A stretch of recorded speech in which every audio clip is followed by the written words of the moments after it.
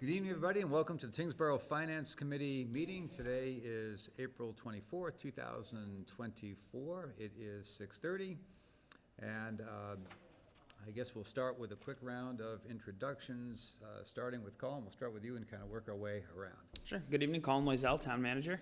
Stan Casidlo. Larry Clausen, Chairman. Marie Lambert, Vice Chair. Ed Smith. Scott Pazerski. Eric Salerno, Town Planner. Okay.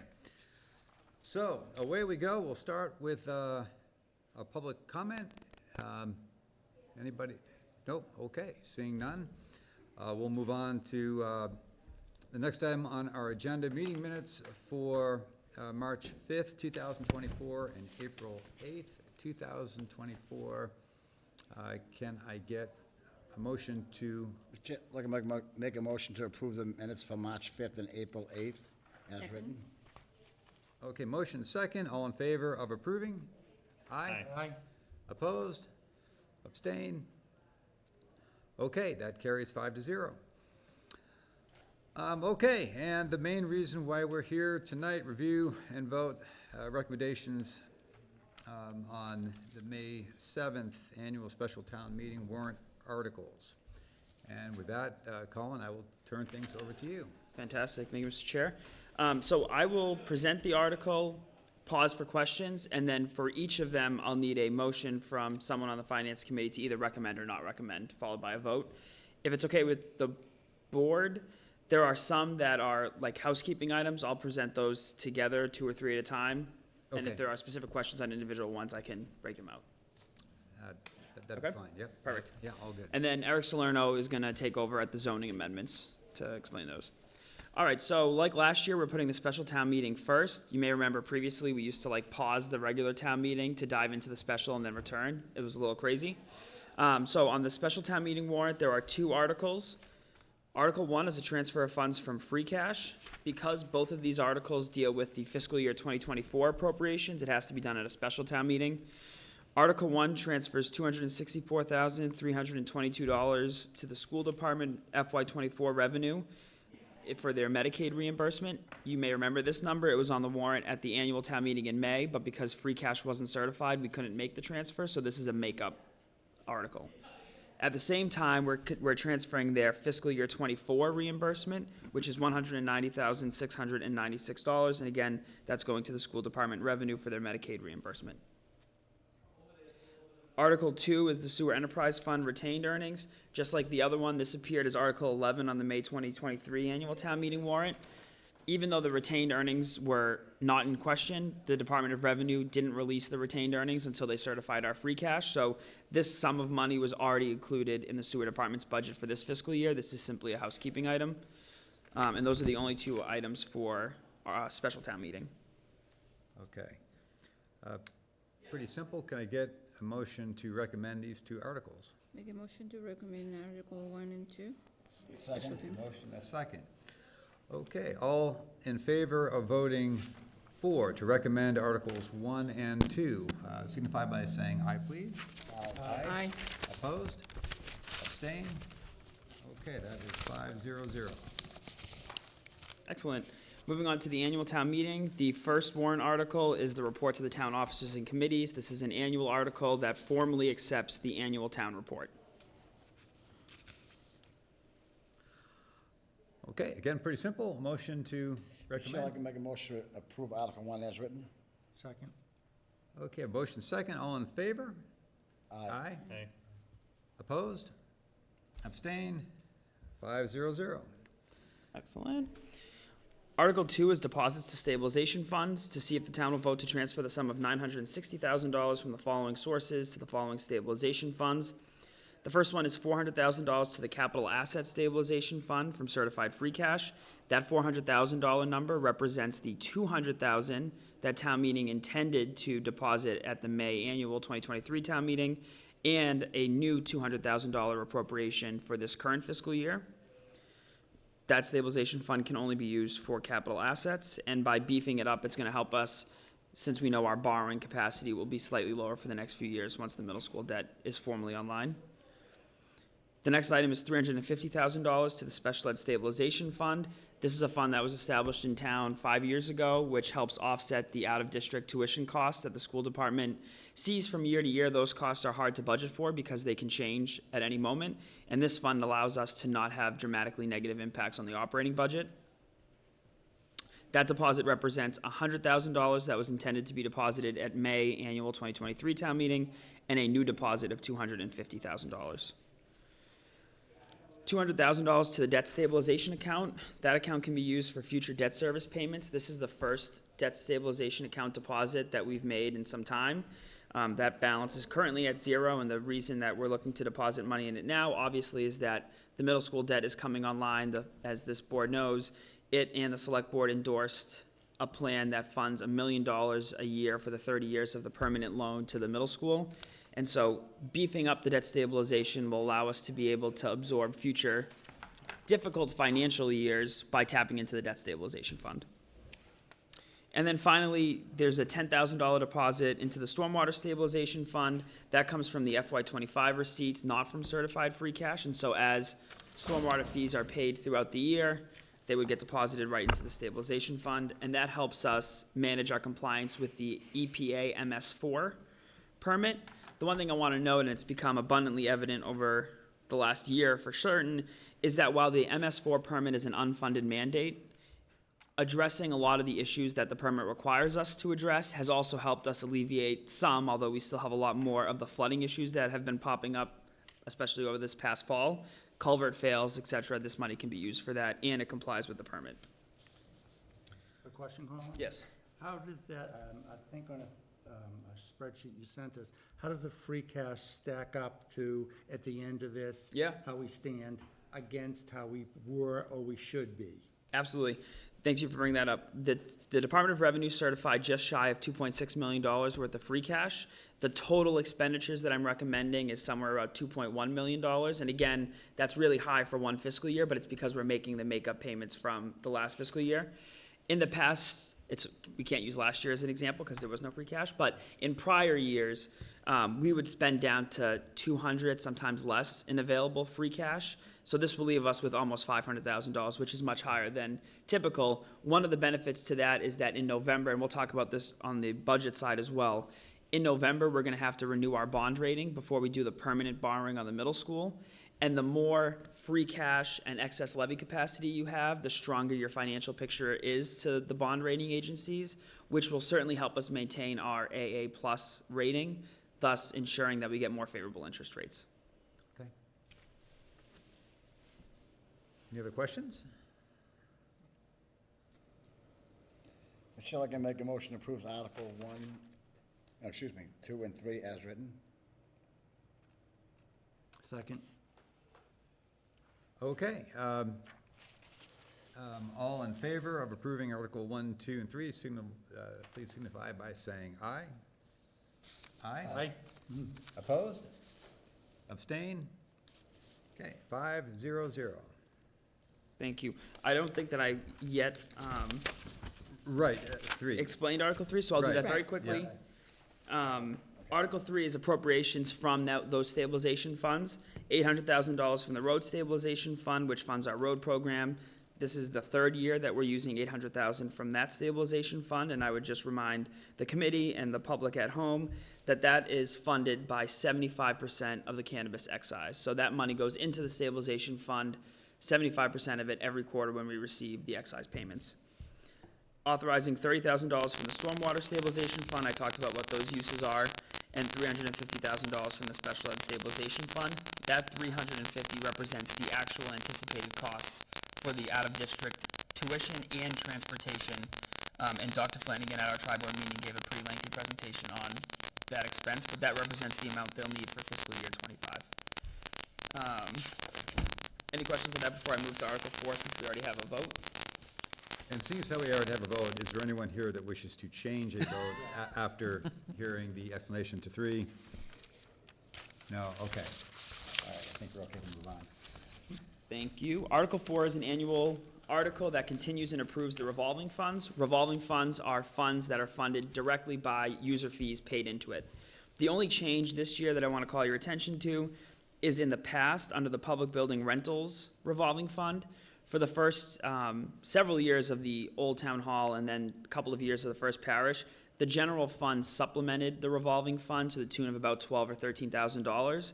That fund is now at a point where it's self-sufficient. It no longer needs contribution from the general fund. So we've amended the FY25 spending limit to $65,000. That's up from $50,000. It is not appropriating more money to that fund. Again, that comes directly from rentals. It's allowing us to spend up to 65, and you'll see in the operating budget that the operating budget on that line item is reduced completely by $15,000. That's the only change here to point out.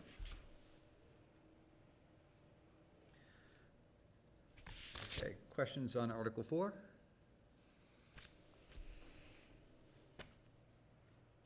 None. Can I get a motion to approve Article 4? Make a motion to approve Article 4. I'll second. Second, okay. All in favor of Article 4? Aye. Opposed? Abstain? 5-0-0 for Article 4. All right, in the interest of time, since these two are also standard ones, I'm going to explain Article 5 and Article 7, and then I'll come back to 6, which is the budget. Article 5 is an annual article that allows the Select Board to enter into contracts up to 5 years. Under Mass General Law, without town meeting approval, the Select Board can only enter into a contract up to 3 years. And then Article 7 is the compensation of elected officials. There's no increase in any of the requested stipends for fiscal year '25. The one thing I wanted to point out is that, as many people know, our existing town clerk, who's had that position for more than 20 years, is not seeking re-election. And in developing her budget, suggested that we lower the salary since the person that replaces her will have far less experience. And we thought that that was reasonable. So that's the only salary position represented in Article 7. And I would just note that all of these dollar amounts, you'll find them inside the budget that we'll talk about in Article 6.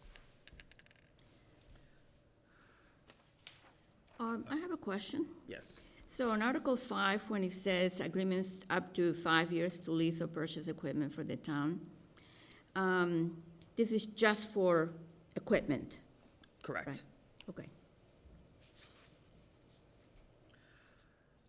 All right. Any other questions on Articles 5 or 7? Both of which seem pretty straightforward to me. I make a motion to accept Article 5 and 7 as printed. Second. Okay, all in favor of accepting Articles 5 and 7? Please signify by saying aye. Aye. Opposed? Abstain? Okay, Articles 5 and 7 both carry 5-0-0, and we'll go on to Article 6. Absolutely. We'll play a little ping pong here. Yeah, Article 6 is the general fund appropriations for fiscal year 2025. Attached to the warrant at the very back is a document that this committee will be familiar with. The top portion of it shows our projected revenues, and the bottom portion shows the expenditures. A quick highlight on the budget, and then we'll talk about the middle school debt. As I noted in my presentation to this committee at a standalone meeting on March 5th, and then again at the tri-board meeting, the only new items, aside from contractual increases in the budget, is turning a part-time IT position into a full-time position, turning a part-time highway department administrative position into a full-time position, a $50,000 increase in the roads program, which is something that we've been trying to do year over year, and restoring $24,000 worth of part-time administrative support at the fire department. They don't have a full-time administrative assistant in fiscal year '23. We gave them this part-time position, but at the last minute in the fiscal '24 budget, we cut that out to balance the budget. So nothing super dramatic in terms of new positions or expenses, and no changes to the budget from the last time I presented to you, except for, as we talked about at the tri-board meeting, we have a $1.2 million interest payment that will come due in fiscal '25 for the middle school project.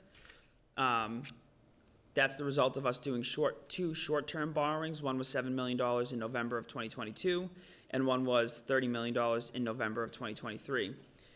In November of 2023, we were able to roll the interest payment that came due on the $7 million short-term borrowing into what we borrowed in November of 2023. So there was no payment due from the town, in essence. It came from the borrowing proceeds.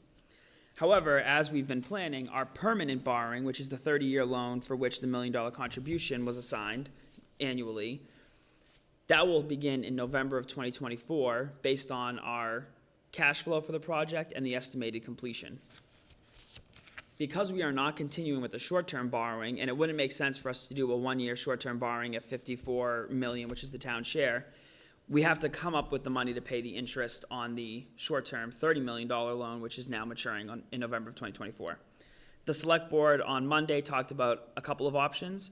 The town does, fortunately, have excess levy capacity, and as I mentioned, we have roughly almost $500,000 in free cash.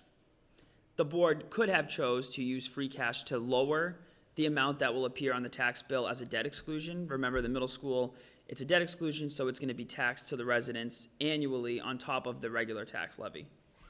However, the discussion centered around what we talked about earlier with free cash. The less free cash or excess levy capacity you have, the more at risk you are if you're a rating agency. And so, while I am by no means attempting to mitigate the impact of $1.2 million as a debt exclusion, the concern becomes if, because we've over-leveraged free cash and potentially over-leveraged our levy capacity by contributing operating money to this short-term borrowing, we would run the risk of a bond agency, a rating agency, decreasing our score because we're too leveraged. And if that was the case, we could see even a 0.5% higher interest rate over the 30 years of a $54 million loan would end up costing the taxpayers more than if we just did a debt exclusion for the 1.2 million. That said, this budget has increased, obviously, by 1.2 million. If you look at the excluded debt on the revenue, you'll see that that increased by 1.2 million. And on the other side, under excluded debt service, you'll see that the 1.2 million is now there as well. The select board, as they've talked about in all the tri-board meetings and in their meeting on the 22nd, is still fully committed to the $1 million a year for the 30 years of the loan, which totals to a $30 million general fund contribution. You'll also remember that the conversation back in 21 or 22 when that deal was struck was that essentially we were earmarking the $1 million of new growth from the Toll Brothers project to the middle school debt. That new growth hasn't been realized yet. It'll be realized in the coming fiscal year. There's no growth from that at this point? There is, but not the full million. No, I understand that. Yes, there is some. But is there a portion? I think that we estimated very conservatively in 25, $160,000. Because with new growth, you have to experience it before June 30th of the prior fiscal year, so that in November, when the assessors justify the tax rate to the Department of Revenue, they have to be able to point to why the budget increased above the 2.5%. And if you haven't experienced that, the state says, well, wait a minute, now you're going awry of the 2.5 limit that Prop 2.5 sets, and there's no backup.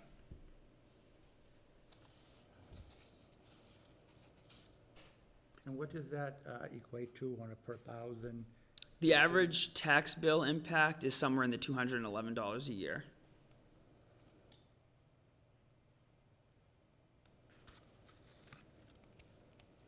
If we ran some scenarios, and anyone can do this at home actually on the Department of Revenue's website, we did a scenario where the select board leveraged $350,000 in free cash to do it, again, running the risk that our bond rating would be reduced. And it brought that 211 number down, I think, $17.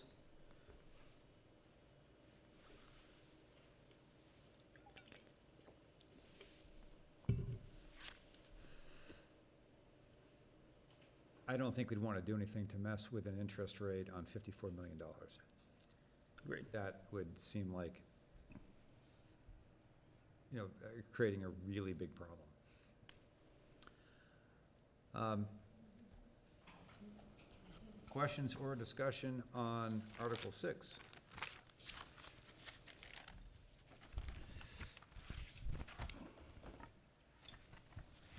All right, hearing none, can I get a motion to approve Article 6? Make a motion to approve Article 6, as printed. Second? All in favor of Article 6, please signify now by saying aye. Aye. Opposed? Abstain? 500 for Article 6. Excellent. All right, Article 8 is transfer of funds from free cash. Again, this article is substantially higher than we're used to seeing because it includes make-up payments from 2023's annual town meeting. Up first is $105,000 to the Other Post-Employment, otherwise known as OPEB Trust Fund. The town has annually, for the last 6 years or so, contributed $52,500. This 105 represents the amount we should have done in fiscal '24 and the amount we typically would do in fiscal '25. $200,000 to the capital account. This was also on the warrant last year. This was included in the fiscal year '24 capital asset recommendations for the 2023 roads program. Another holdover, $60,000 to the capital account for the abatement and demolition of the former Council on Aging building located at 180 Lakeview Ave. As this committee will remember, it suffered damage from a burst pipe in February ago. The town is not selling the property. The parking lot would be repaved and access to the softball fields would still be there. We've also looked at putting a more permanent bathroom structure there as well. $50,000 for the FinCom Reserve Fund. This was slated to be a free cash deposit in May of 2023, but it never made it to, because there was no free cash. This was a subject of conversation with the Capital Asset Management Committee, and it was determined that since the mechanism already exists in the Finance Committee bylaw for there to be this reserve fund in case there's an emergency, that it made more sense to keep it as the FinCom Reserve Fund than to do something separately with Capital Asset. $300,000 to fund the Norris Road Sidewalk Project as included in the fiscal year '25 capital plan, which was recommended by the Capital Asset Management Committee. And $25,000 to fund accessibility upgrades at the Littlefield Library, which again was included in the Capital Asset Committee's fiscal year '25 recommendation. Okay. Questions or discussion on Article 8? I'm glad to see that 50,000 back in there, that's good. I think that's a good idea. Yeah? It needs to stay Yeah, there's a there. lot of discussion about what happens if the fire engine blows an engine or some other capital asset thing, because there's no mechanism to replace any of those items on short notice. Like, you need an ambulance, you can't live without an ambulance, so, that was the solution, Yeah, that's a good idea. so. I think it'll be faster access to the money too if we need it. Right, because, again, it's just insane, there's no mechanism to Right. get an ambulance on short notice without a town meeting, so. Okay, Make a motion to approve Article 8 as written. Second? Second, okay. We have a motion second. All in favor of Article 8, please signify by saying aye. Aye. Aye. Aye. Opposed? Abstain? Article 8 carries 5-0-0. Excellent. I'll do Articles 9, 10, and 11 together, but certainly we'll answer any questions. These are the three enterprise funds that the town has.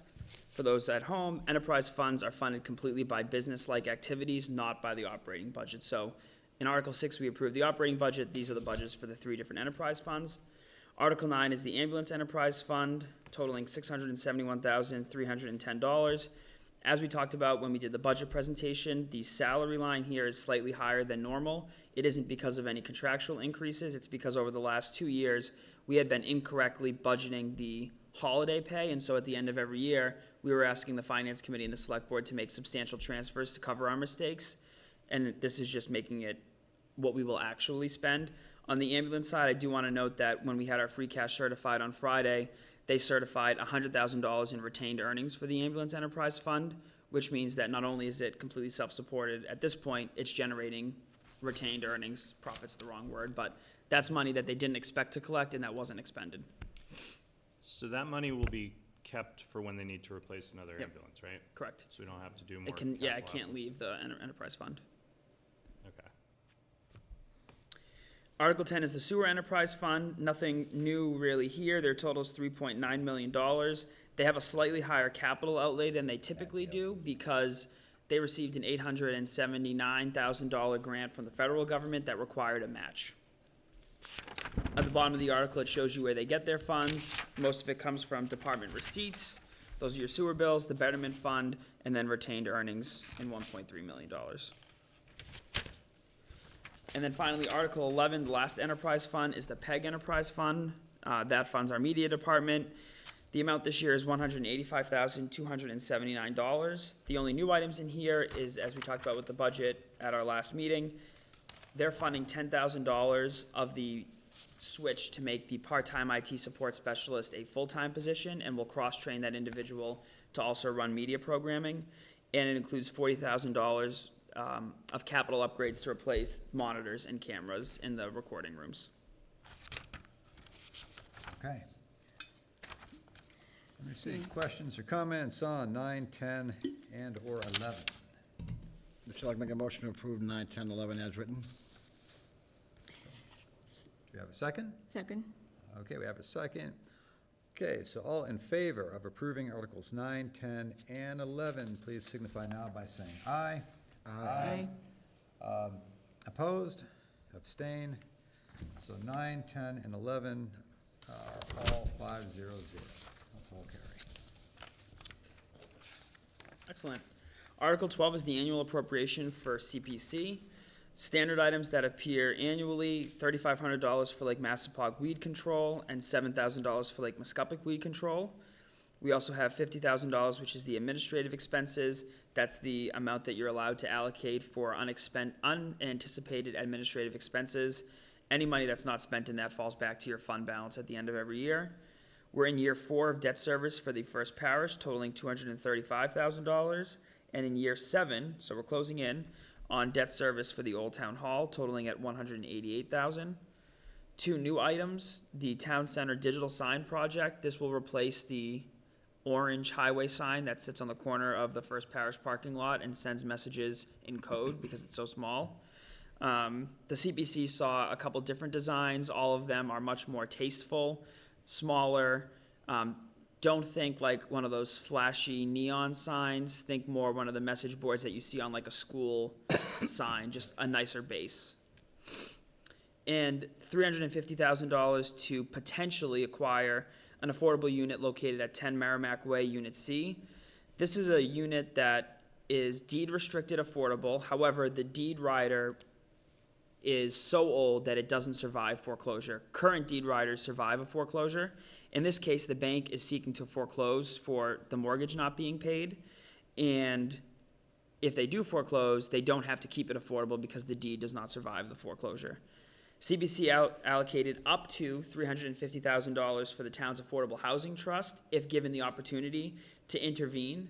If they were to intervene, they would purchase the unit, re-deed restrict it with the correct deed rider as an affordable unit, and the monitoring agent, which I believe is CHAPA, would manage the resale, and we would reimburse CPC the money made on the transaction.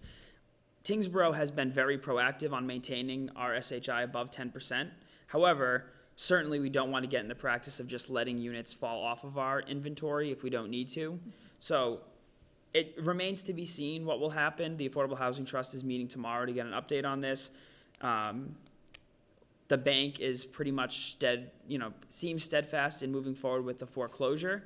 Could work in our advantage. Oftentimes they say that people don't go to these foreclosures because they see that it's an affordable unit, they want nothing to do with it, in which case the bank essentially acquires it from itself, and then we have a little more leverage to negotiate. So whether that money will be spent or not, I can't certainly say, but that was the thought process behind it. And then there's the three required deposits to the different reserves: historic preservation, affordable housing, and open space. Mr. Chair, I can make a motion to approve Article 12 as written. Do I have a second? Second? Okay, we have a second. All in favor of approving Article 12 as written, please signify by saying aye. Aye. Opposed? Abstain? Okay, Article 12 carries 5-0-0.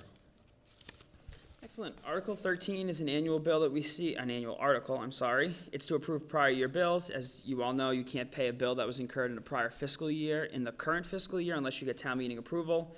We have 2 bills that occurred in fiscal year 2023, $418 to the Law Office of Ronald J. Berenson, who provides our tax title service, and a police detail to the University of Massachusetts Lowell Police Department, totaling $741. Article 13 simply says that we can pay it using this current budget, but it does not appropriate additional funds. So we'll use existing fiscal year 24 funds to do it. About as straightforward as anything could be, could I get an article to approve, could I get a motion to approve Article 13? Make a motion to approve Article, to recommend Article 13. I'll second. A second. Okay, all in favor of approving Article 13, please signify by saying aye. Aye. Opposed? Abstain? That is 5-0-0. Excellent. Article 14 is also technically a housekeeping item, as this group knows, as a part of the development that went on at the Toll Brothers project, they agreed to and are required by a development agreement to donate the 30-acre parcel of land that used to be part of the Tyngsborough Country Club to the town. They have done all of the work that the development agreement required them to do on that site, which included the parking lot, the walking trails, and completely renovated the clubhouse. They were originally only on the hook for the roof, and then when they got into the building, it was covered in mold, and they've done top to bottom renovated it. The select board has reviewed the deed in question. They've confirmed that all of the work that was required to be done has been done. However, Mass General Law will not let them record the deed until they get approval from town meeting. The reason it's important that we do it at May annual is because there's $800,000 from last year's CPC appropriation that sees the construction of all kinds of things on that site, and certainly until the town owns it, it would be very unprudent to install it. Yep, so, I make a motion to accept Article 14. Second? okay, I have a motion, a second. All in favor of approving Article 14, please signify by saying aye. Aye. Aye. Opposed? Abstained? Article 14 carries 500. Fantastic. Article 15 is a home rule petition to request additional liquor licenses. If approved, this would authorize the select board to file a home rule petition with the legislature to request 3 additional all-alcoholic on-premise licenses. The reason for this article is that in 2018, the town petitioned successfully to the legislature to get 4 all-alcoholic on-premise licenses restricted specifically for the 440 Middlesex Road development.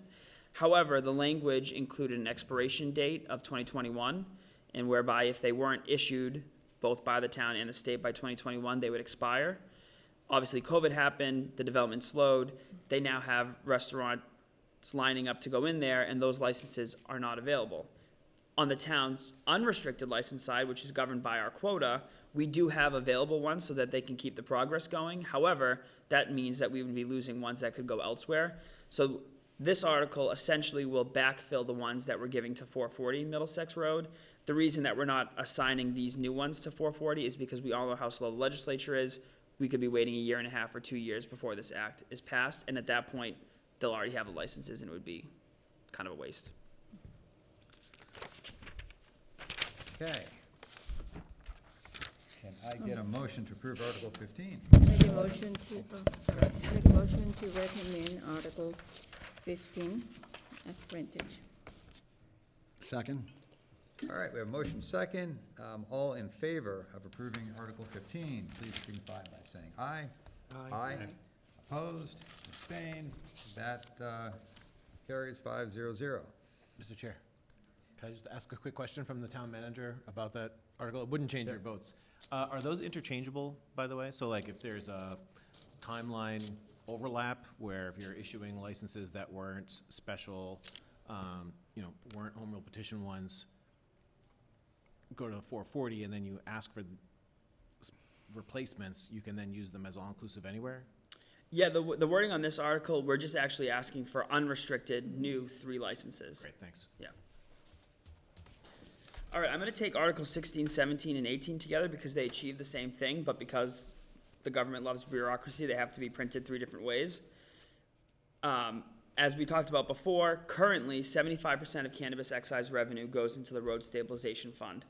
We generate probably $1.7 million a year from cannabis excise. 75% of that is going directly into that is the 75% going into the road stabilization. Annually, we've been allocating $800,000, so there's always been a balance left over in the stabilization fund. When the finance director and I were talking about how we protect the town from future financial challenges and maintain our commitment to the $1 million in the operating budget, it became clear to us that we needed to bulk up this debt stabilization fund. As we talked about, there's a free cash article this year that does it. Therefore, we floated to the select board and they approved the idea of changing the allocation of the cannabis excise so that 50% will continue to go into the road stabilization. And for those watching at home that have watched all of our presentation on roads, we've confirmed with the engineer and all of the projects that are already in line that it won't reduce what we're doing. 50% will continue to go there. 25% will now automatically go into the debt stabilization account. So as that money comes in, it will immediately get deposited into the debt stabilization. And again, what that will allow us to do is if 3 years out, we find ourselves in the same difficult financial position that all of our neighbors are in, we'll be able to tap into that to offset the $1 million that we're contributing to the middle school debt and not be looking at, I mean, I can't really predict, but it would help us not have to make drastic cuts. Because the article is a special revenue account dedication, the law requires that you first vote to terminate the previous dedication, that's Article 16, and then that you rededicate it through new articles. So Article 17 rededicates 50% of the adult cannabis excise to the road stabilization fund, and Article 18 dedicates the 25% to debt stabilization. The last 25% will continue to go into the general fund revenue as it has since we started collecting the excise tax. The other thing I'll note is that the law requires it be in effect for 3 years. We have 1 more year on the last dedication, so this, you'll see, doesn't go into effect until July 1st, 2025.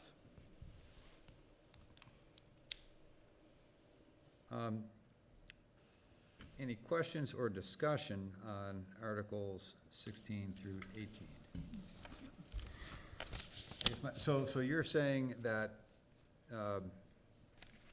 we're doing so well with the cannabis that we can back it off and still meet, so will it meet the exact number of what we needed for the roads, or is it that the roads are costing less, or?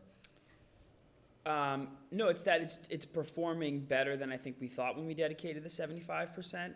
Yep. Another new factor, like the law or not, a lot of people don't, the town is now receiving an additional roughly $250,000 annually from the so-called millionaire's tax that was dedicated to transportation and education. And so our share of the transportation piece is an additional $250,000 a year. So, and then when we sat down with the engineer, we looked at what we've spent the last 3 years, what our next 5-year capital plan is. We didn't need that full 75% going into road stabilization.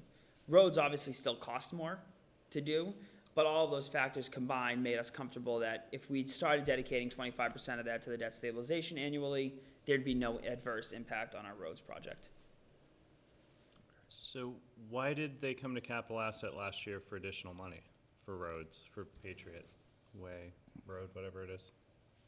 That was a much bigger project than we typically do. I think that was like a $1.4 million project. Might even be 1.7. So it wasn't enough for We, that. I don't want to lie to anyone. We can always use more money for roads, certainly. But obviously, there's a need for us to also balance our debt challenges as well. And you said it's gonna be basically absorbed by the extra 200,000 from the Mass Millionaires tax. Yeah, So and it's fiscal gonna- '24 is the first year that we saw that $250,000 from the millionaire's tax, this current fiscal year. So it's gonna sort of wash out. Correct. That was kind of my, so it does, so the 250 and whatever we're getting from the cannabis that's increased, that equals where we were before without the 250 and what the excise tax on the cannabis was originally projected at. Correct. Another factor I should have mentioned is that we've recently permitted and construction actually started today at a second cannabis facility. So while the numbers won't double, obviously, because they'll be competing with each other, there will be a bit of a certainly an initial boom, Yep. and then sustained numbers on that front as well. But I mean, Nature's Remedy, the current one, is way overperforming what I think anybody anticipated. Okay. Okay. Any other discussion? I make a motion to to recommend Articles 16, 17, and 18 as printed. Second? Okay, we have a motion and a second. All in favor of approving Articles 16, 17, and 18, please signify now by saying aye. Aye. Aye. Opposed? Abstain? Okay, Articles 16, 17, and 18 all carry 5-0-0. Excellent. The last one for me before I pass it off to Eric is a street acceptance. Article 19 accepts Farmers Way as a public road. The process is a 3-part process, well, really 4-part. Planning board submits a recommendation to the select board. Select board declares their intention to lay out the way. They hold a public hearing, which they did on Monday, where abutters can express concerns about the actual boundaries of the public road. And then finally, before it becomes a public road, town meeting has to accept it. This article made it onto the warrant because all of those steps were affirmative. Our engineering department has confirmed that the road was constructed to current standards, and by way of their recommendation, the planning board certifies that the road was constructed the way that the permit required. Okay. Okay. Any discussion on 19? Shall I make a motion to recommend Article 19 as printed? Okay, do we have a second? I'll second. Okay, motion second. All in favor of approving Article 19, please signify by saying aye. Aye. Opposed? Abstained? Okay, Article 19 carries 500. Excellent, thank you. I'm gonna give Eric my warrant, and leave you in his capable hands. I was following along online too. It's well organized.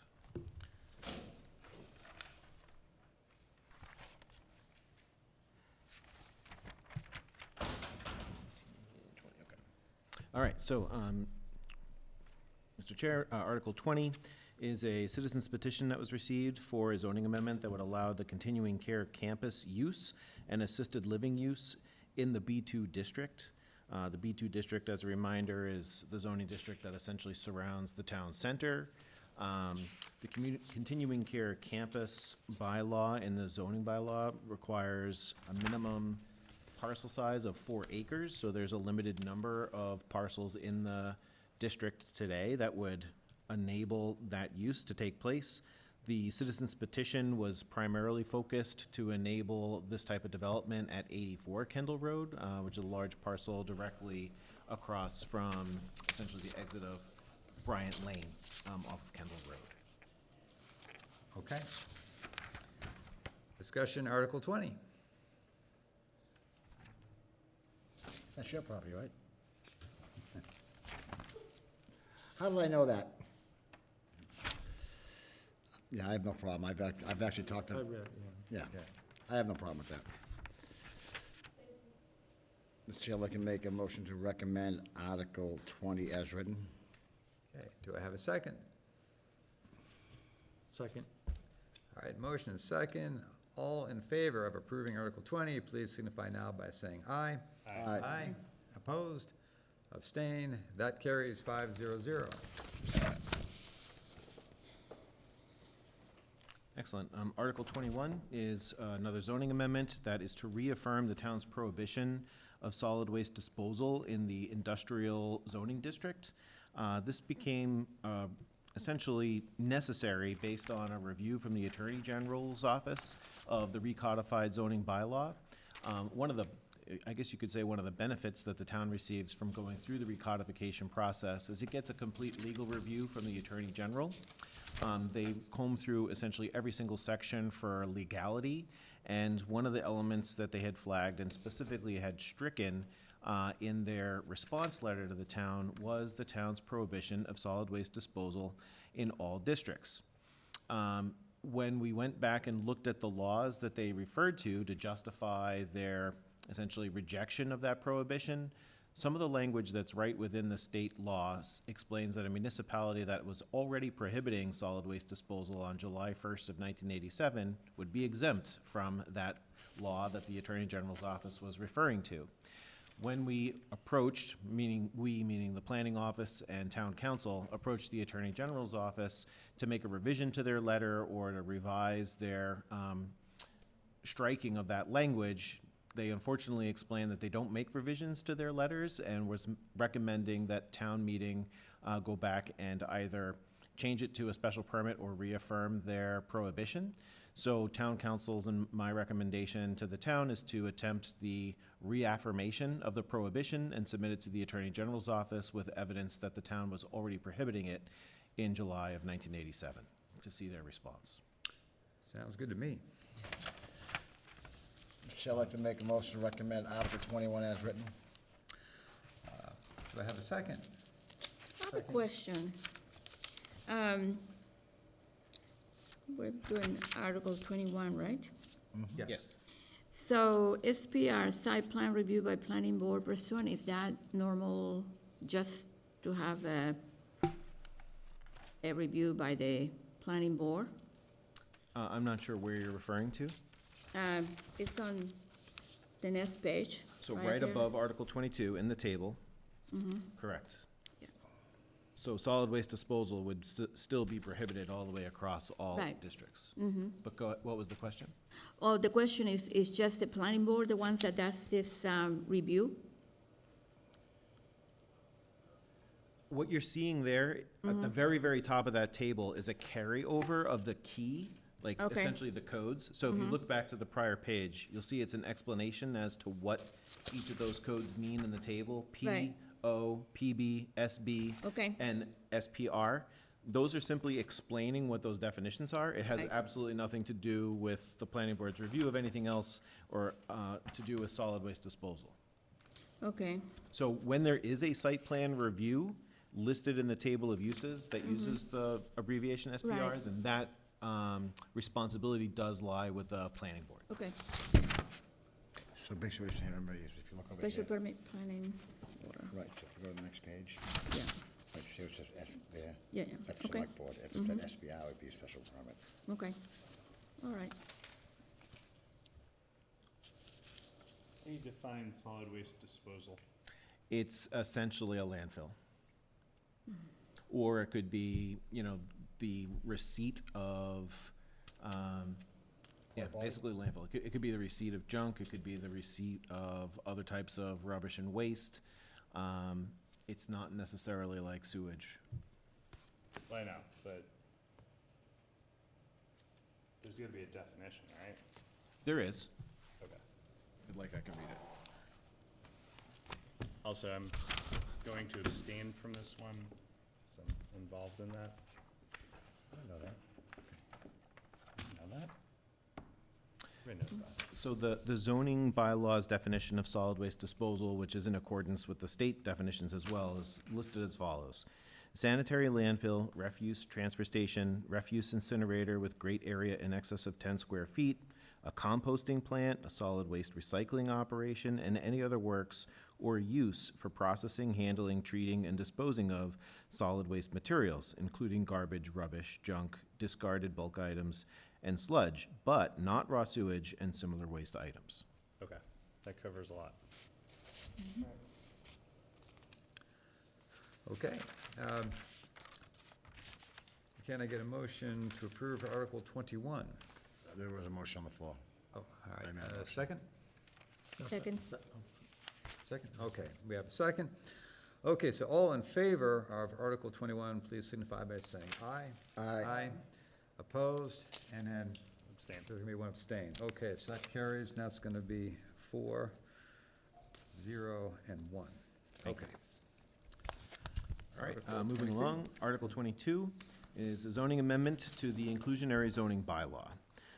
This essentially is a proposal to strike section, let's see here, strike section 9.1, let's see here, Part D, which provides payment in lieu and alternatives to the actual construction of affordable units. This has been the planning board's, or this is the planning board's response to some of the challenges that they've had with development, that it becomes unclear or potentially not cost-effective for the community to develop or create affordable housing units to meet the intent of the inclusionary zoning bylaw.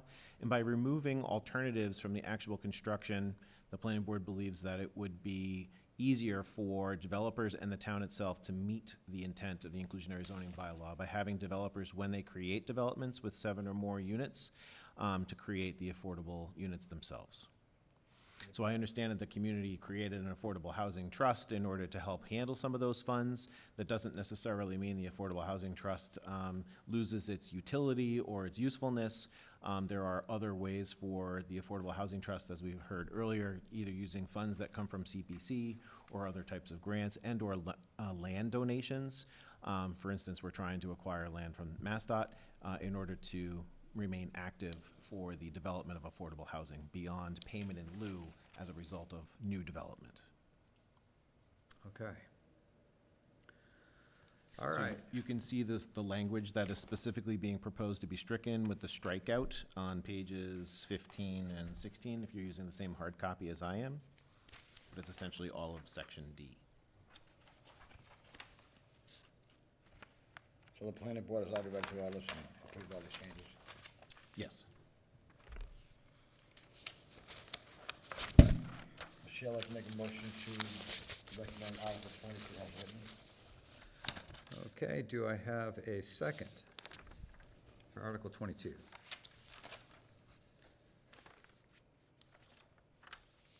Second. Second, okay. All in favor of Article 22, please signify by saying aye. Aye. Aye. Opposed? Abstain?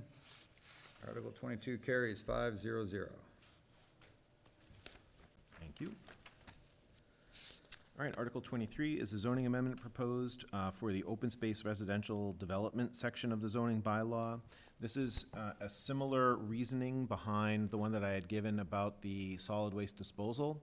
So as a result of the zoning bylaw recodification, when the Attorney General's office reviewed the zoning bylaw in its entirety, it struck the town meeting approval requirement for the multifamily housing development and gave legal reasoning for doing so.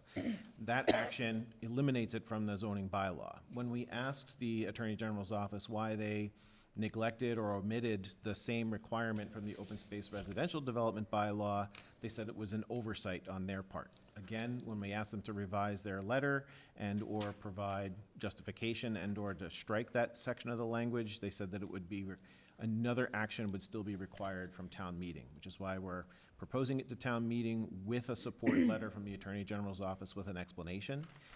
So once that is removed, we'd be back into compliance.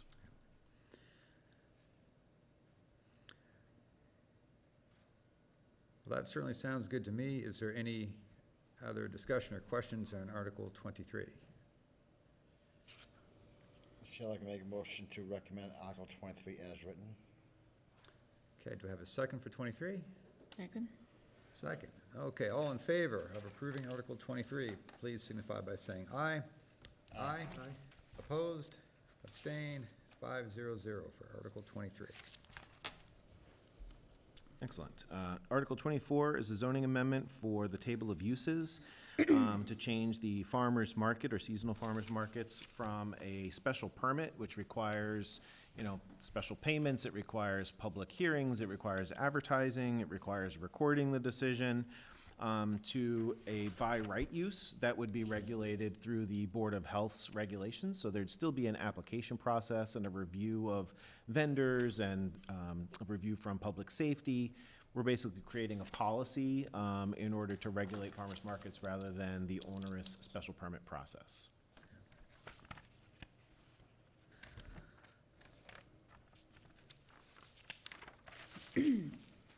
I'm personally in favor of making things easier for that. Any discussion or questions on Article 24? I make a motion to recommend Article 24 as printed. Okay, and a second for Article 24? I'll second that. Second, okay. All in favor of Article 24, please signify by saying aye. Aye. Opposed? Abstain? Article 24 carries 5-0-0. Thank you very much. Article 25 is a zoning amendment referred to as the MBTA Communities Multifamily Overlay District. This is an article that most people have probably been following pretty carefully. The Zoning Review Committee has spent many, many hours working out language that would be in compliance with the state's MBTA Communities legislation, also known as Section 3A of Chapter 40A. This zoning bylaw amendment and amendment to the map, which is Article 26, I'll get to that in a minute, would create a basically an overlay district broken down into 3 sub-districts, the locations of which would be located where there's existing development down near Merrimack Commons and Tyngsborough Crossing, so we would not be anticipating any development in that sub-district anytime soon. The other 2 districts are up near the commercial and retail corridor at the northern portion of Middlesex Road. So one portion is at the undeveloped component of the Pheasant Lane Mall parking area, and the other one would be across the street up and behind Olive Garden, where we have another district within basically a strip that would run along the industrial portion of the district in those 2 parcels, which would enable us to maintain our retail corridor or our retail portion of that section, but it happens to be located where we already have a industrial warehouse permitted. So if the warehouse ends up getting constructed, we'd still be in compliance with the state law. We wouldn't have any immediate developable area with that sub-district. But if that project doesn't come to fruition, it provides the town with some additional incentives and ways to get completely undeveloped land that has been sitting that way for several decades to find other ways to get it developed that might incorporate or include multifamily housing.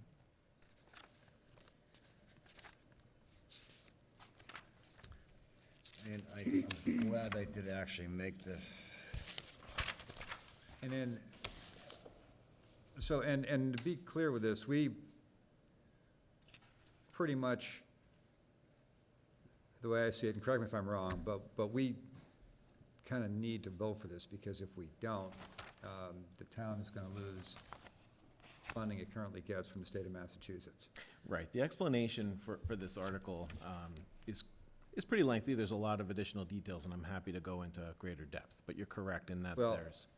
This is, so the state of Massachusetts basically told Tyngsborough, you're near public transportation, we think you should be able to have more people living in your town. We want to see higher density housing in your town.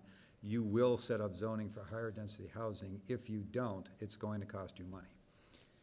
This is. In short, that's correct. Yeah, so this is, so I'm not excited at all about why this is here. If this were our idea, I would be super excited about it, but it's not. So this is us being bullied into complying with something the state wants us to do or else.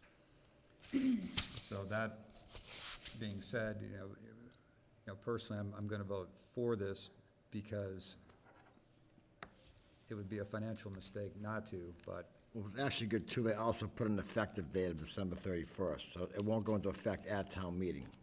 Correct. Thank you for pointing that out. Because of the Mr. fact that Milton right now is suing the state for this whole thing. Yeah. So that court case will be decided before, so basically, hopefully it'll get something either way before fall town meeting, so if something does happen. Right. Before fall town meeting, this whole thing can be rewritten and changed with new language. Right. I mean, I'd like to point out too, or to clarify some of the implications associated with the lawsuit in Milton, since a lot of communities are watching that case and might overestimate its potential impact on their community's compliance and/or, I guess, I don't want to say vulnerability, but the applicability of that legislation to their community. It's not so much Milton suing the state for the legality of the legislation that was passed, but rather the state suing Milton for their lack of compliance. Right. So even if at the court level, or the court looks at that case and says, okay, there's an adjustment that needs to be made, it's probably not going to be an evaluation about the legality of Section 3A of Chapter 40A and its applicability to a town like Tyngsborough or any other adjacent community, but rather very specific to Milton about maybe what category they belong to, or, because that's what they were contesting, that they were not a like Category 1 MBTA community, but rather should have a lesser set of requirements. What category are we classified as? We're an adjacent community, so that means, the reason why Tyngsborough is an adjacent community is we border Lowell, which lowers our requirements. So communities that have MBTA mass transit stations have higher requirements with regards to the number of units that their zoning needs to be able to yield. In Tyngsborough, the zoning review committee came up with what I would consider a pretty admirable strategy that utilizes those three sub-districts so that they're at least leveraging this legislation as an opportunity to help the retail corridor, because if multifamily housing does get developed up on the Pheasant Lane Mall parking lot area, it's inevitably going to help with regards to the overall traffic numbers, density, et cetera, all the demographics that get used for site selection for retail and commercial development. But the other districts themselves have much longer term potential. So the town's immediate vulnerability to short-term development is pretty much restricted to just that area, and the yield there is somewhere around 184 units. So I look at it as getting essentially the best of both worlds, where you are complying with the state law that essentially protects the grant opportunities that the town has been leveraging, such as the $2 million grant that we just received on Kendall Roads project, the sewer expansion projects, and others. But it also gives the town an opportunity to provide a district where multifamily development might not have otherwise been permissible, but in an area that has a positive economic impact for the community. I can't see that being a positive economic impact, not even close. 184 units, how are we gonna pay for the schools? The schools themselves have basically not dwindling, but reductions in enrollment over the last 10 years, and the number of school children that could possibly be housed in 184 units is not in excess of the number of school enrollments that have decreased over the last 10 years. I'm not in favor of it either, you know, because we don't have a lot of, let's say, we don't get a lot of benefit from MBTA here. I think the buses only comes to the northern part of Right, it, but to keep the in- south part of it. And that, I thought 40Bs required 10%, and at one point, we voted to do extra 12%. That was in our town. I don't think we're beholden to do the 12%, but we have met the 10%. I mean, there are other communities like Drake, you know, but they seem to be pick on Tyngsborough. I don't know why. I think it's because we cave in, you know, to the Northern Middlesex government. No, Thing. the town of Tyngsborough is treated the same as any other adjacent community, but I can see how being treated exactly the same as any other adjacent community could potentially be objectionable, but from the residents in that community. Because the legislation that was passed doesn't take into consideration the housing that's already been produced in the community. So you're correct in that if you're comparing Tyngsborough to Drake, where lots of affordable housing has been developed in Tyngsborough, but it hasn't in some other adjacent community, why are we being treated the same? I have the same objection as you. However, as a community that is subject to the state law nonetheless, the zoning review committee, I think, came up with an excellent strategy in order to minimize the overall impact to the community while still being compliant and providing, despite some debatable impacts on the overall finances or the economic development of the community, I feel like it would provide a positive economic impact Well, for Tyngsborough. There's no way that's gonna give a positive I'm impact. disappointed because every 10 years, we do have a master plan that we don't hold. You know, master plan has said for the past 20 years that we are supposed to preserve open space. Have we done that? No, we haven't. Well, the Look at town did Middlesex just Road, you receive know, 32 acres. we had, you know, but I'm talking about that we don't make an effort to really preserve farmlands at all. You know, golf course, well, okay, that's different. But then we had the pumpkin patch, and we had other places like that it has just kind of gone away, and we have a corridor now, Middlesex Road, that is full of housing.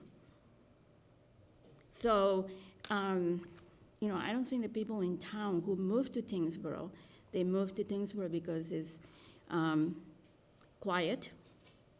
You know, it doesn't have a lot of traffic. But now we start building, you know, affordable housing. We're gonna be like Lowell. Well, technically, this is not a requirement to create affordable housing. It's actually the legislation is aimed at creating more market rate housing, and the inclusionary component of the zoning bylaw that's in front of you is a requirement to provide 12.5% of those units as affordable. So if there was a proposal for multifamily housing, presuming that this article had passed in a sub-district for the MBTA communities, 12.5% of their proposed units would have to be affordable in order to protect the community's SHI. Well, they're calling this high-density housing, is that correct? It is certainly much higher density than Tyngsborough has experienced. The density that needs to be allowed in order to be compliant with the legislation is 15 units per acre. Yeah, well, that's. Yeah, Yeah, here we oh, are, yeah, we're gonna so, be yeah. Lowell So again, there's you no know, way so in we heck you moved to can tell me that- Tyngsborough. There's no Be- way you can tell me yeah. that putting 184 units in that Pheasant Lane Mill parking lot is gonna be a positive on our tax burden in this town. You could say that till the cows come home, but I don't believe it. What's the ramification if we don't pass this? What's this, You have no other choice. Based You on have no what other we, choice. I'm sorry, no, what was what's that? the state gonna, Stop all our funding. they're not gonna, if we Yeah, they don't will. pass this? Yes, They're gonna stop all the funding? yes, they If can. the town, Well, not all. Wait, No, the they town- won't, they can't do that, Grants and things like that. Some. they if the can't. town ends up in not in compliance with Section 3A of Chapter 40A, then funds like the $2 million grant that was provided to the town in order to facilitate the 425,000 square feet of industrial development, which does provide significant economic positive impact for the community, that could potentially be removed. So, and the evidence for that is the Attorney General's and the state's response to Milton. So they did pull specific grants from the programs that are listed in the legislation itself. But you can't compare Tyngsborough to Milton. Milton is a bigger town. Oh, I has, totally you know, agree with you in that Bigger regard, in but- everything. Well, their And it's- requirements are higher. And it's close to highways, you know, big Their- highways. Their requirements in order to comply with this legislation is much stricter and much higher than what Tyngsborough is required to do. Now, Chelmsford, Drake, they must all be adjacent communities. That's correct. Do you know what they've been doing about, Every community has come up with their own strategies and their own land areas where their districts would be located.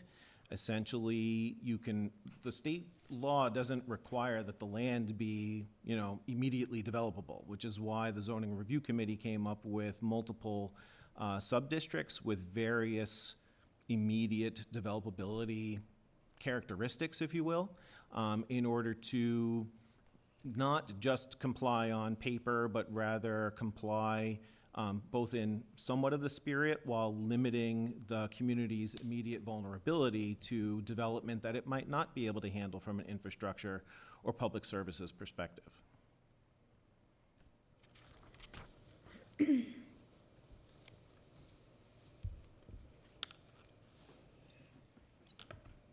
This is a tough one, because obviously, that there are multiple people that, sitting here that don't really want to see something like this go through. But the way I see it, we don't really have a choice, because it's definitely going to cost money if we don't put it through, and we have to do it by the end of this year. So it's not a thing, and again, correct me if I'm wrong, but this is not a thing where we can kick the can down the road or think about it or et cetera. And, excuse me?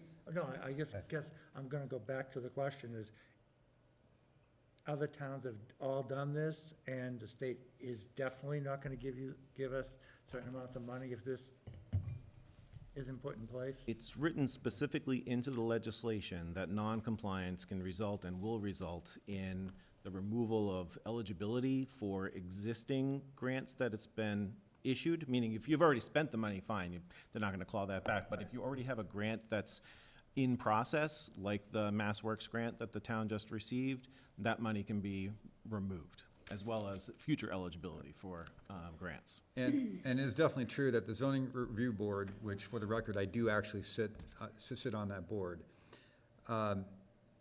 we did try and find appropriate places to put it. This doesn't mean that there's going to be apartment complex, popping up in Tyngsborough like in January. This is, what this basically says is that, zoning is in place for this. That's it. We're, and again, correct me if I'm wrong, but we're putting zoning in place. And, that doesn't mean anything is gonna happen. I mean, technically, it doesn't mean anything is gonna happen, ever. Of course, But when a developer sees this or knows it's there, Yep, that's a thing, and, you know, and another thing is, you know, if the state's willing to say, well, you are going to set up these areas of high-density zoning, they can wait a few years and then say, stuff is gonna be built in this, you know, in these areas, or we wanna see stuff built in these areas, and if we don't, then, you know, X, Y, and Z could happen, you know, this is not, you know, this is kind of phase one. They're, you know, they're on a mission to have more housing in the state of Massachusetts, and they have decided that Tyngsborough is one of the places that is on their radar where there should be more housing. So here we are. That's Well, why we, 100 you know places. why Tyngsborough is on the radar, is because 177 we cave in every time that Lowell doesn't have enough housing, they always come and tell us, oh, we should do away with the 2 acres, we should put 4 houses in 1 acre.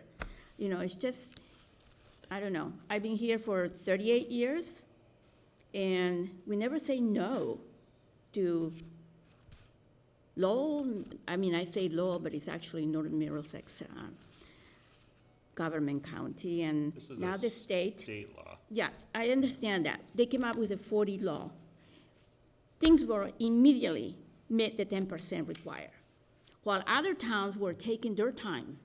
Right. Yeah, Right, so, So- just to like answer that or address that, this legislation doesn't take the place of 40B. It's enacted in a similar fashion, meaning like people are wondering if it's in violation of the, you know, home rule, or it has the same legality as 40B, but for communities whose SHI is less than 10%, they still don't have safe harbor the way Tyngsborough does. So if Dracut has a 40B development, it's something that they're going to have to see through, meaning it's going to happen. In Tyngsborough, because you're already over your 10% SHI, you're in safe harbor for the Chapter 40B. This is separate legislation that requires zoning to be in place, but not necessarily specific development. In terms of like what actually has the potential, just because you're zoning for multifamily to be permissible, there are a lot of other pieces that have to fall into place in order for an actual proposal to be received. In the parking lot area up at the Pheasant Lane Mall, the district itself is contiguous, but that district is made up of some parts that belong to multiple entities. So it doesn't just belong to the mall. There are, you know, portions of the mall that own separate parts of the parking lot, so it would involve some coordination for either utilizing that whole area or just a portion of it. So it's not just one owner who suddenly benefits from that district. It would require some significant coordination. I guess what I'm saying is that it may not be 40B, but just like we comply immediately with 40B, here we are again, you know, doing everything to What you're talking possibly, would you let me finish? Possibly comply with their new thing, Right. you know? But I can't come So- up with any reasonable recommendation to the community, to the town, to the finance committee, or the select board, or the residents to not comply with state law. Okay. Scott, did So the- we could have actually put this, could we have put this on the October meeting, town meeting? My recommendation, and most people's recommendations to adjacent communities, while your requirement is to be in compliance as of the end of the calendar year, is to get it in front of your town meeting at your annual town meeting in the spring. And with all, you know, I hope that Okay. it would pass, and if it All right. doesn't pass, I suppose that it could go to October. But I think that puts the town in a tough situation, and a lot of pressure to wait until then to determine if they're gonna be compliant or not. Okay. One other question. I guess I'm not as opposed to the thought of it, but it's the amount you said. Like, what's 168 units? 180. 180 units? Where did that number come from? So that number comes from the district boundaries that were identified along parcel boundaries in the Pheasant Lane Mall parking lot area. So the zoning review committee worked with NIMCOG to come up with district boundary areas. We made sure that there's a lot of rules that are inside the legislation itself that says that 50% of your district needs to be contiguous. the zoning review committee made sure that that 50% requirement was in an area that there would be no immediate or even short or long-term timeframe. So that's the section where we already have some 40B developments in town. There's no way that that district can be used to create new housing unless you knock down all those units, which would not make any financial sense. No, So the 184 units come from essentially a 15 unit per acre times the number of acres that are in that district area. now, is there another, you couldn't identify another piece of land somewhere that would put in 50 or 60? I mean, it's a kind of big project. That's the thing, it's not a project, it's a zoning district. So No, you could but with end the up with a proposal potential for of 10 units, you being a could come big up with a project. proposal with a maximum of 184 if they coordinated all of the land acquisition. Out of the overall size of Tyngsborough, that 184 units is not a big percentage of your overall housing stock. And while people can debate whether it's a positive or negative impact from an economic development perspective, without question, it does benefit the retailers that have been seeing success up in the northern portion of Middlesex Road. Yeah, all in New Hampshire. No, I'm talking about the 440 Retail Plaza, Epigram Brewing, and some of the other, other commercial and retail developments that have been on Middlesex Road. Right, but that's, But that is not, That's not- a big thing. It's not, because for retail, really, they all go to New Hampshire. right. I understand. Very That's- seldom does anybody go shopping here in Tyngsborough. Right, unless Tyngsborough's it's a strategy need, has been you know. for hospitality and entertainment, which I think the town is succeeding at. We're seeing good revenue, successful businesses actually make investments in the community, and having residents living closer to those locations within walking distance in Tyngsborough, I don't see how that would be a negative for Well, those people come business here owners.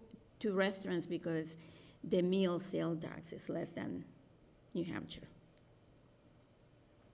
Okay. We can debate this all night long. I think it's a horrible idea, but we don't think we have a choice. I think It's it's just, a good way to get housing prices down. It's economics. it I won't, don't want my house price. it won't, I want to sell it and move. Well, you it can won't. Go ahead. I'm not going anywhere. Look at Toll Brothers, the first presentation they did, they said the minimum price on a house was going to be $450, $460. There is nothing in that development that is $450 or $460. They It's never like said that. $650. I They think never that's a said great that. point in support of the zoning article, mostly because if you're talking about multifamily housing being incorporated into the housing stock to diversify the housing stock in Tyngsborough, it's debatable whether every single unit's gonna mean that it's gonna be a single-family house that can become available or make those houses more affordable, but by incorporating slightly more middle-market affordable units, meaning, I don't mean affordable with a capital A, I mean Yeah. affordable with a little a, meaning you've got multifamily units that cost less than a single-family home. It provides more opportunities for your teachers, your firemen, your policemen to live in Tyngsborough with a home that doesn't cost $800,000. So you feel like Scott just said, the values of the house will stabilize, and it'll go down. Well, this is a statewide problem Right. of affordable housing. Right, so Not- if our values go down, things with the houses cost less to buy, do our taxes go down with that too, or just the prices go down and our taxes go up? Because we have 184 units in here that aren't really, Right, I think There's no roadway, or very little roadway to that. I don't know if that's public roadway. So there's less plowing, less sanding. It's not, Well, the schooling's the big cost. right. Well, the state's perspective and reasoning behind this obviously is the housing shortage as well as the vast increase in housing costs in the state, making it less competitive regionally as well as nationwide for jobs and employment. I wouldn't anticipate, Tyngsborough or any other adjacent communities' housing prices to go down, but if you look at the average annual increase in housing values, it exceeds inflation by almost a factor of 2. So if inflation before COVID or before the most recent inflationary explosion was around 2.5% to 3%, housing has typically averaged somewhere between 3.7 to 4.8% per year. And when you take that every single year, you end up with incomes and the housing costs greatly diverging. So while I don't anticipate housing prices or housing costs to be reduced, I think a success would be to point at the housing cost increases slowing down slightly, or maybe matching inflation. From a state perspective, I would consider it, a policy success if they could accomplish that. Right, if you look at the perspective of people that run in the State House, just like what our Secretary of Transportation goes on and says, I'm gonna tax the heck out of you, you gotta do a truck, I'm gonna tax you triple, I'm gonna put, she sat there and just, oh yeah, we're gonna raise tax on everything, we want all your money. And they still haven't fired her yet. So I have no confidence in our state government, none whatsoever. It's just, we can sit there and debate this all night, we're Yeah. not gonna win, Okay. but everybody just vented a little bit. Sure. So make it to approve, to recommend Article 24, very reluctantly as written. Is it 24, 25? I think Oh, excuse we're- me, 25. 25, right, okay. So I have a motion to approve Article 25 as written. Do I have a reluctant second, maybe? Do we have a motion? We have a motion from, I made a we reluctant have a motion. reluctant motion from Ed. Do we have a, maybe even more reluctance? And I'll say, the zoning review board, really did put a lot of work into this, and they did. Oh, I'm a- sure they did, I'm And- sure they And did. they did a good job watching out for the town, handling this as well as anyone could from what I can see. So the town has that on their side. But this is just, it is what it is. So, if this does not go forward, in my opinion, it is not worth it for this not to go forward. I can tell you that. There's a motion. Is anybody gonna second it? I enthusiastically second it. Oh my God, here we go. Okay, we have an enthusiastic second, okay. So, all in favor of Article 25, please signify by saying aye. Aye. Aye. All opposed to Article 25, please signify by saying aye. Aye. Okay, so that's two, 3, 4, and all abstaining from Article 25, none. So that carries 3-2, am I correct? That's not really a carry. I mean, well, The recommendation's 3-2. Yeah. recommendation's 3-2, okay. All right. So, 3, 2, 0. Okay. So Article 26 is a corresponding article to 25 that simply the state law requires that for the zoning amendment, that town meeting approve not just the zoning language amendment, but as well as the amendment to the zoning map. So this would be to approve. Make a motion to approve Article 26 as written. Okay, and do I have a second for that? Second. Is it enthusiastic second? Yeah. Okay. All right. Okay, Article 26, all in favor of Article 26, please signify by saying aye. Aye. All opposed to Article 26, please signify by saying aye. Aye. Okay, and all abstaining, 0, so Article 26 is going to be 3-2 to 0. Motion to adjourn? Do Want we to have another second? meeting? Huh? Do we have to? No, look that's- for that's another it, right? That's it? Okay. Only 26 articles on there. No, I mean, to, schedule another meeting. So, we can. we want, Oh, yeah? When is it? well, we've got the, so we're going to be into town meeting, and then we're going to be into We don't have a new full town meeting. people, right? I mean, this is it, so. This is it, So, okay. so we won't schedule one now, and it'll, it's gonna be the first Tuesday, most likely the first Tuesday of the month following the town meeting, which is May? Right here on the front page, May 7th. May 7th, okay. So, yeah, so first Tuesday in June is most likely gonna be it, but I'll handle that through email, et cetera. Okay, I have a motion to adjourn. Second? Second. All right, all in favor of adjourning? Aye. Aye. Opposed? Abstained? We're done, that's it. Yeah,